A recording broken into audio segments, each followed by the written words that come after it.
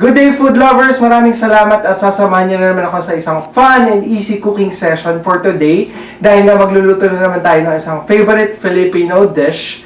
Dahil nga naniniwala tayong pag mas madaling magluto, mas masarap kumain. At ako nga pala ulit si Adrian Pascual, ang inyong Chief Cook, Chief Pharmacist sa umaga, and Cook pag hindi naka-duty. And this is Adrian Cooks for You.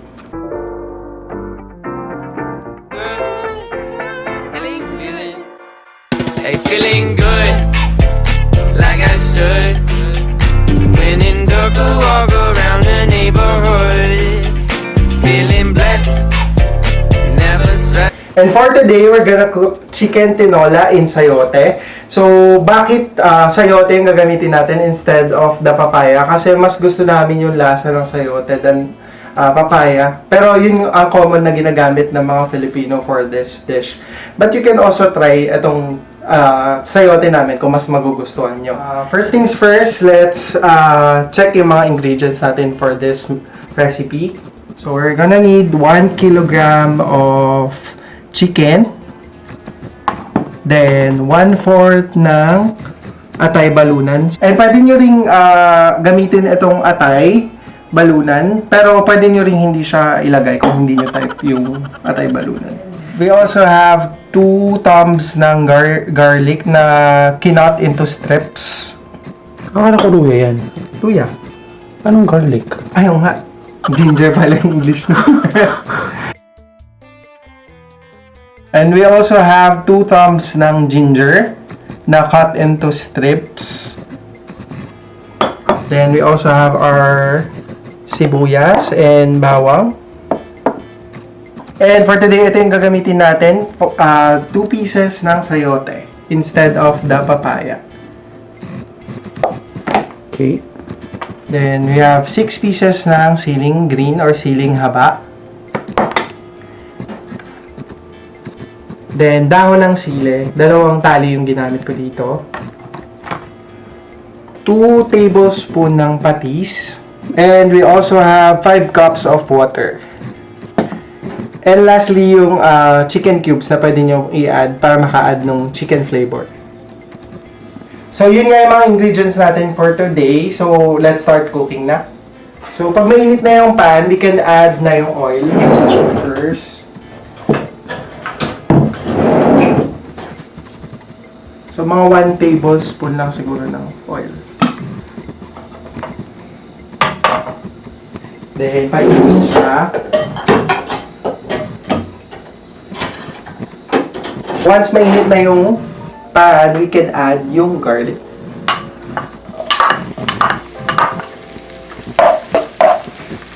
Pag golden brown na yung ating garlic, we can add na yung sibuyas natin. So, medyo yung dito. Then, add na natin yung sibuyas.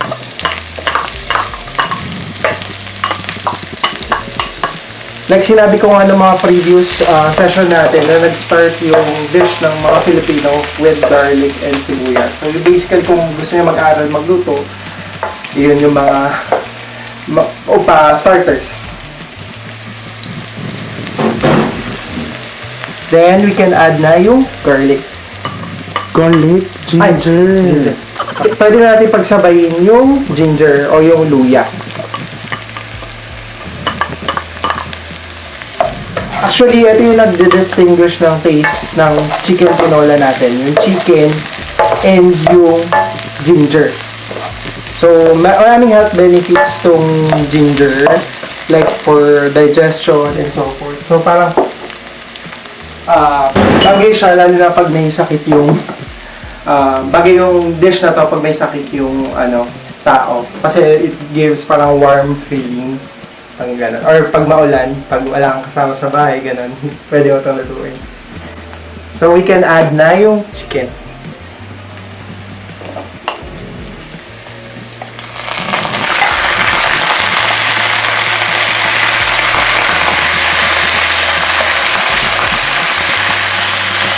So,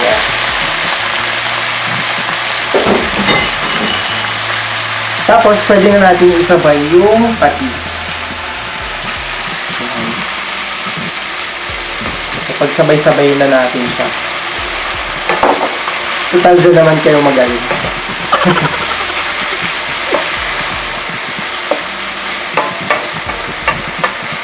Ayan.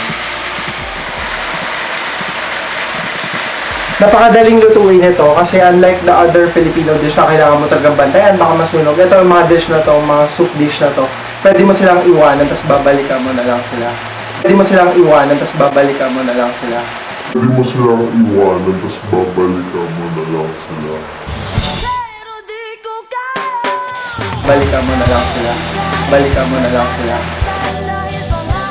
Balikan mo na lang sila.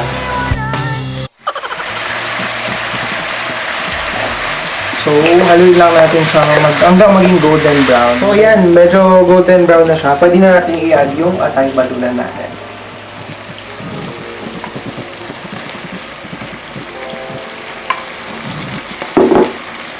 Mix lang.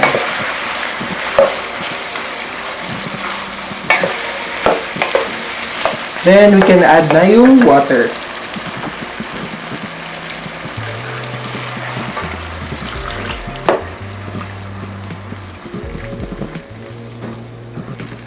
Then, pwede natin siyang balikan after 20 to 30 minutes.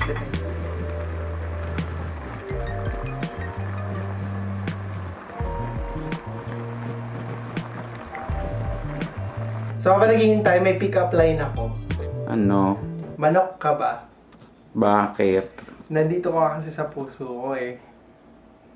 Kasi manok dun. Chicken mo pa. Ay. Ano nangyari? Corny Sarah! Walang kwenta. Mag-knock-knock ka na lang. Ah, so, knock-knock. May knock-knock ka? Ay! Wala pala. May knock-knock. Sige, isa pa. Knock-knock naman. Who's there? Tinola. Tinola who? My, who? Mamay, Tinola. Mamay, Tinola. Wala pa rin. Tinola! So yun, after 30 minutes, we can add na yung sayote natin. So, papakulaan pa natin siya ng mga another 5 minutes lang para maluto yung sayote natin. So, sabihin na natin siya.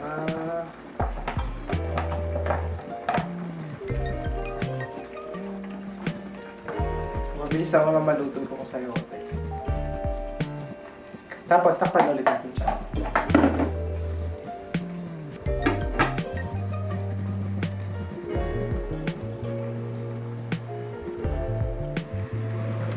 So yan, medyo mukhang luto na yung sayote natin. So sabi ko kanina 5 minutes, pwedeng mga 10 to 15 din. Dahil pag matigas yung sayote or malaki yung hiwa nyo, depende. Pag medyo malambot na siya, pwede nyo tusukin ng tinder to check kung luto na yung sayote. Tapos, pwede na natin i-add yung chicken cubes natin. So, para mas malasa siya. Yung iba kasing tao natatabangan dito sa tinola. Like yung isang staff ko, ayaw niya ng tinola kasi matabang daw. So yan, pero para medyo dumagdag sa lasa. Then we can add na yung dahon ng sili. Ano nagagawa ng dahon ng sili? Parang nag-add lang din ng flavor. Tsaka distinct yung lasa ng dahon ng sili. Yung iba, ang ginagamit nila dito is malunggay. Pero yung family namin yung dahon ng sili yung ginagamit nila. Meron din yung iba ginagamit nila like sa hospital namin. Nung ina-add nila sa tinola is yung tawag dito, dahon ng sibuyas. Yung medyo malalaking onion leeks or celery. Pwede rin. So yan. Tapos add na natin yung chili. Kung gusto nyo siya maanghang, pwede nyo gupitin yung chili. Pero ayaw ko maanghang. So yan, okay na yan. Tapos, lutuin lang natin ng kaunting gulay. Pero huwag natin i-over. So, yan. After nyan, pwede na natin i-plate yung tinola natin.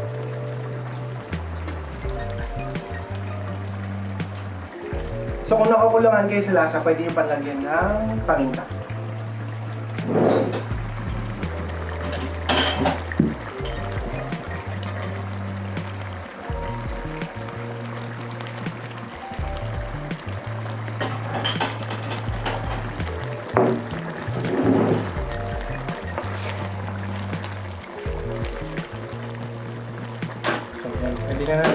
serve yung ating tinola. So yan, luto na ang ating tinola.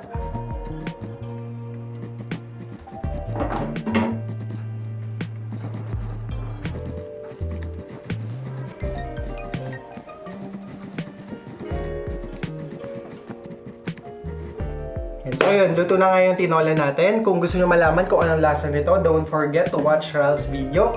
So kung may mga suggestion kayo or may mga gusto kayo ipatry sa akin na recipe, comment down below. And don't forget to like and subscribe my channel. So ako nga pala ulit si Adrian Pascual, ang iyong Chief Cook, Chief Pharmacist sa umaga, and cook pag hindi naka-duty. And this is Adrian Cooks for You.